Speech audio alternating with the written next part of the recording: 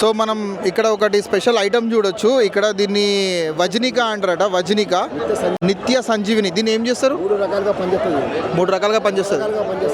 Okay, మూడు రకాలుగా అంటే మెయిన్గా దేనికి యూజ్ అవుతుంది ఇది?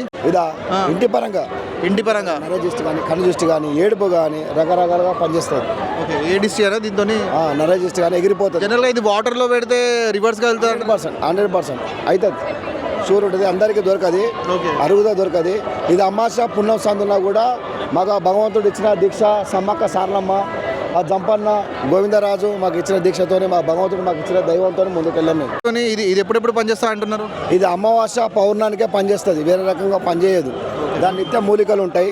దాని రకరకాలుగా ఆకర్షణలకు వశీకరణలకు ఏదైనా రకరకాలుగా ఇబ్బందుల పడ్డలకు పనిచేస్తుంది. ఇప్పుడు వశీకరణ అంటే దాంతో కూడా ట్రీట్మెంట్ ఇస్తా అని చెప్పారు. అంటే దీంతో ఇస్తే మేలుదా? రకరకాలుగా ఉంటుంది. దాని విద్య దానికి ఉంటుంది, దీని రకంగా దీనికి నిత్య సంజీవన దేవుడు ఇచ్చిన వరం. ఓకే, అంటే ఇది మళ్ళీ మీకు దొరకాలంటే అడవిలోనే దొరుకుతుందా? కష్టం, అది దొరకాలంటే చాలా కష్టం. ఇది ఆ దేవుని అదృష్టం అదంట్లేనా, దేవునికి దొరికింది అదృష్టం, మాకు దొరికింది. సంతోషం. లాస్ట్లో మీరు ఏం చెప్తారు? అంటే ఈ జాతర సందర్భంగా ప్రజలకు ఏం చెప్తారు? చాలా సంతోషం. సీఎం రేవంత్ రెడ్డి గారు, సీతక్క గారు చాలా గొప్పగా ఇంత చేయడం మహా హ్యాపీ.